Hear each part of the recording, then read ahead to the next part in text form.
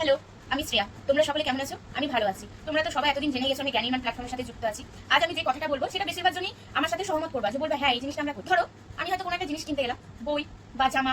মেয়েদের তো জামাটা একটা কি বলবো, একটা পছন্দের জিনিস, জামা বলো ব্যাগ বলো এগুলো। সেরকমই আমি কোনো জামা বা বই বা কোনো পছন্দের জিনিস যখন কিনতে যাই, আগে কি করে আমরা দামটা দেখি। দামটা দেখার পর ভাবি যে এটা কি সত্যি দরকার আমাদের, রেখে দিই জিনিসটা, যে না এখন না কিনলে পরে কিনলেও চল। কিন্তু বাড়ির কারোর জন্য যদি জিনিস কিনতে যায় তখন কিন্তু আমরা তো ভাবি না যে এটা সত্যি লাগবে। মা বাবা ভাই এদের জন্য যদি কিছু আনতে যায় তখন সেই জিনিসটা নিয়ে চলে আসে, যাতে আমি যে জিনিসটা কিনে এনে দিব সেটা দেখে তাদের মুখের হাসিটাই আমার জীবনের বড় আনন্দ। কিন্তু এখন বুঝেছি নিজের স্বপ্নের জন্য একটু শেখা, একটু চেষ্টা, একটু খরচ করাও দরকার। যে উন্নতির জন্য চেষ্টা করাটা যে কতটা জরুরি সেটা একটা মেয়ে বলো ছেলে বলো সবারই জানা দরকার। তাই এখন আমি নিজের জন্য একটু সময় রাখি, নিজের জন্য চেষ্টা করছি, নিজেকে আরো উন্নতির পথে এগোতে সাহায্য করছি। সেটা আমি সাহায্যটা পাচ্ছি জ্ঞানীমান প্ল্যাটফর্মের হাত ধরে। জ্ঞানীমান আমার জীবনে যে কতটা একটা বড় অপরচুনিটি, কত বড় প্ল্যাটফর্ম তোমাদেরকে বলে বোঝাতে পারবো না। তোমরা যারা এখনো ভাবছো যে জ্ঞানীমানে আমরা আসবো, তারা বেশি দেরি না করে তাড়াতাড়ি চলে আসো। আর হ্যাঁ, এই যে আমি বললাম বাজার করতে গেলে কোনো জিনিস আমি নিজে না নিয়ে বাবা মার জন্য নিয়ে আসি, এটা কি শুধু আমারই হয় না তোমাদেরও হয়? তোমাদের যদি হয় তাহলে আমাকে কমেন্টে জানাও।